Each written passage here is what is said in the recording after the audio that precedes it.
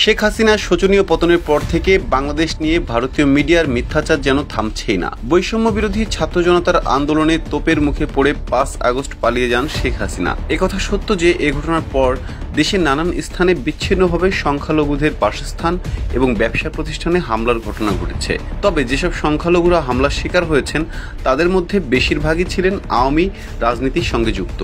ধর্মীয় কারণ নয়, মূলত রাজনৈতিক প্রতিহিংসার শিকার হয়েছিলেন তারা। অন্যদিকে বাংলাদেশের ছাত্র জনতা সাম্প্রদায়িক সহিংসতা রোধে মন্দিরে মন্দিরে পাহারা দিয়েছেন, কিন্তু এসব বিষয় নিয়ে ব্যাপকভাবে অপপ্রচার চালিয়েছে ভারতের গণমাধ্যম। সংখ্যালঘুদের উপর হামলার যেসব ছবি এবং ভিডিও দেশটির বিভিন্ন টিভি চ্যানেলে এবং সোশ্যাল মিডিয়ায় ছড়ানো হয়েছে তার বেশিরভাগই ছিল ভুয়া। শুধু তাই নয়, শিক্ষার্থীদের আন্দোলনের সঙ্গে সংহতি জানিয়ে দৃশ্য মাধ্যম শিল্পী সমাজের এক কর্মসূচিতে ছাত্র হত্যার বিচার চেয়ে বক্তব্য দেন অভিনেত্রী আজমেরী হক বাঁধন।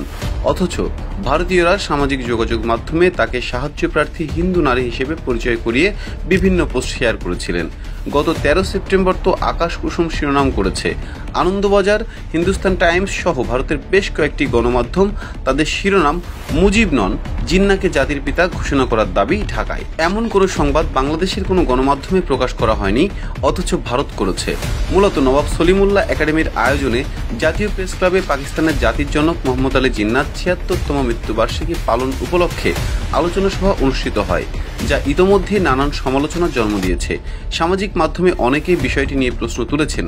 কূটনৈতিক বিশ্লেষকরা মনে করছেন ভারতের মিডিয়ার এমন আচরণ দুদেশের কূটনৈতিক সম্পর্ক এবং জনগণের মধ্যে নেতিবাচক প্রভাব ফেলবে, যা উভয় দেশের জন্যই ক্ষতিকর। অতি সত্বর এমন মিথ্যাচার বন্ধ করতে হবে, নইলে আঞ্চলিক অস্থিরতা বাড়বে, যা কারো জন্যই মঙ্গল বয়ে আনবে না।